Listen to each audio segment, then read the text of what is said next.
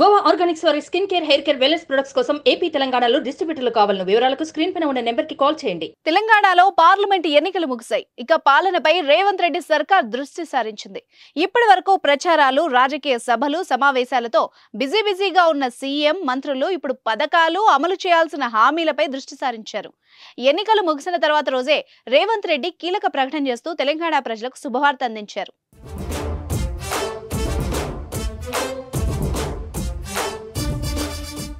Ration బియ్యంపై కీలక వ్యాఖ్యలు చేశారు. రేషన్ షాపుల్లో సన్న బియ్యంతో పాటు మరికొన్ని సరుకుల్ని అందిస్తామని తెలిపారు. పేదలను ఆదుకునేందుకు తక్కువ ధరకే ఎక్కువ సరుకుల్ని పంపిణీ చేస్తామని వెల్లడించారు. అదేవిధంగా కొత్త రేషన్ కార్డులు కూడా ఇస్తామని చెప్పారు. కాంగ్రెస్ సర్కార్ అందిస్తున్న సంక్షేమ పథకాలకు రేషన్ కార్డే కీలకం. కానీ చాలా మందికి రేషన్ కార్డు లేక పథకాలు అందుకోవడం లేదు. ఇప్పుడు వాళ్లకి త్వరగా కొత్త రేషన్ కార్డులు ఇస్తామని రేవంత్ చెప్పడంతో హర్షం వ్యక్తం అవుతోంది. మరోవైపు సన్నబియ్యంతో పాటు మరికొన్ని సరుకుల్ని అందిస్తామనడం ఆనందాన్ని వ్యక్తం చేస్తున్నారు.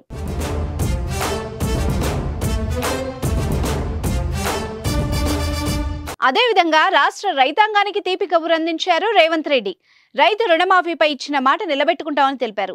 రైతుల్ని ఒకేసారి రుణ విముక్తుల్ని చేస్తామని స్పష్టం చేశారు. రైతు భరోసా కింద 15,000 సాయాన్ని త్వరలో ఇస్తామని ప్రకటించారు. పంటలకు మద్దతు ధర అందిస్తామని వెల్లడించారు. అలాగే 6 గ్యారెంటీల్లో భాగంగా ఇప్పటికే అమలు చేయని గ్యారెంటీలను అమలు చేయాలని కాంగ్రెస్ భావిస్తోంది. ముందుగా తడిసిన ధాన్యం కొనుగోలు చేయడంపై, పంటలకు గిట్టుబాటు ధర కల్పించడంపై ఫోకస్ చేస్తామన్నారు. ఆగస్టు 15 లోపు రైతు రుణమాఫీ చేయాలని కాంగ్రెస్ టార్గెట్ పెట్టుకుంది. మరి గడువులోపు మాఫీ చేస్తుందో లేదో చూడాలి.